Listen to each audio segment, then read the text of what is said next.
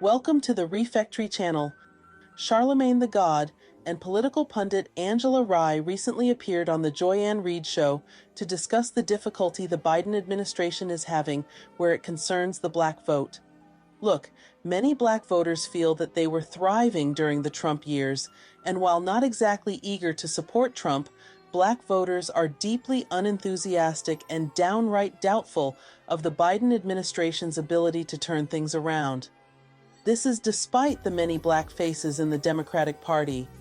Could black voters be waking up to these previously successful manipulative tactics used on behalf of Democrats to snatch their votes? Well, the Democratic Party is still up to its old tactics, and it's using people like Angela Rye and Charlemagne to do its bidding.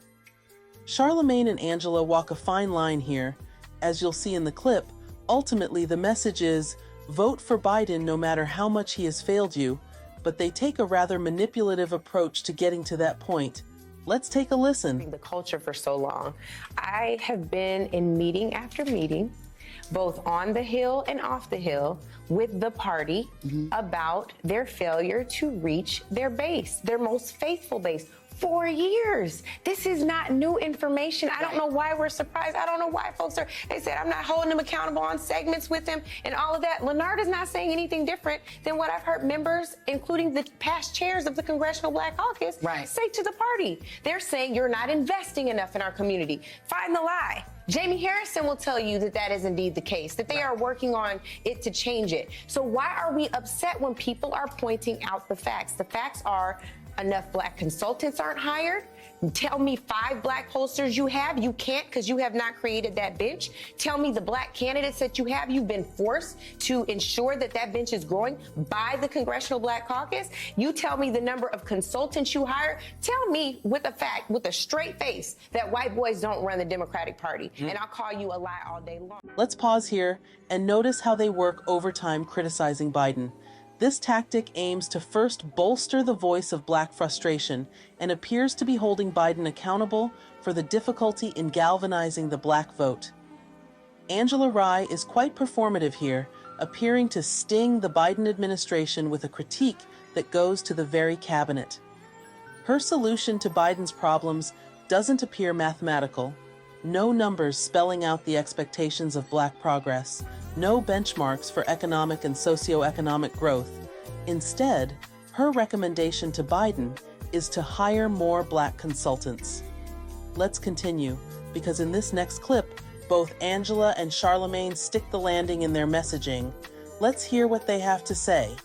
I think that either of us are saying that. And that's what mainstream media never reports me saying, because I'm never saying, I may talk about Joe Biden and his shortcomings, but I also say Donald Trump is the end of democracy as we know it. Yeah. And we've seen it. Like, he attempted a coup of this country, or to overturn, the vote. So it's like and the votes of people who look like us. That's right. So we see what he's capable of. Yeah. And the question, though, I think, and you do radio, and I do love radio. I do miss radio because you get to talk to people. You get to talk to actual people and callers. So when people are calling you, and specifically black people, what are they saying they feel they have not gotten out of having voted consistently for Democrats and for Joe Biden? Upward mobility.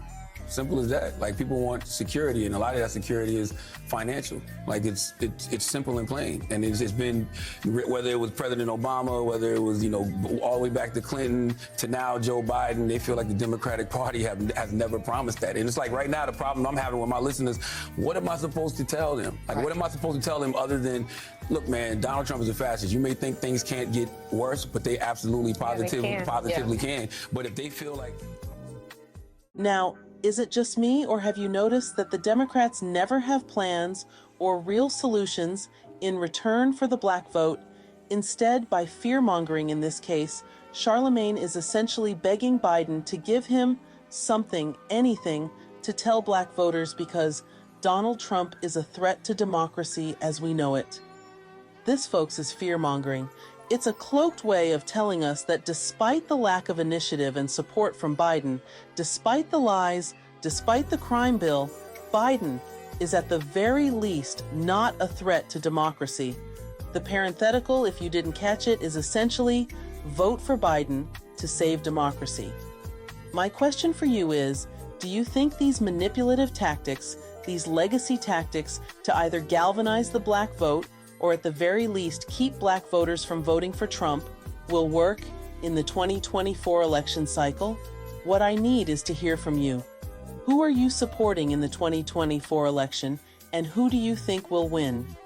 Are you noticing black voters frustrated with the Democratic Party, and how will Trump respond to said frustrations to extract black support from the Democrats?